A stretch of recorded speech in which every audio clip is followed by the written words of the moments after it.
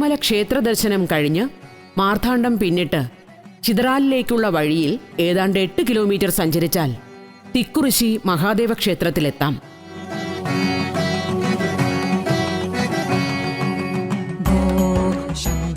പഴയകാല നാലുകെട്ടുകളെ അനുസ്മരിപ്പിക്കുന്ന ഈ ക്ഷേത്രം മാർത്താണ്ഡവർമ്മയുടെ കാലത്ത് പുനരുദ്ധരിച്ചു എന്ന് ചരിത്രരേഖകൾ പറയുന്നു.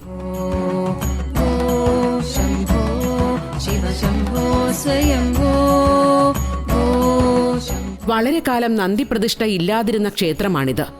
എന്നാൽ സമീപകാലത്ത് നന്ദിപ്രതിഷ്ഠ വീണ്ടും സ്ഥാപിക്കുകയുണ്ടായി.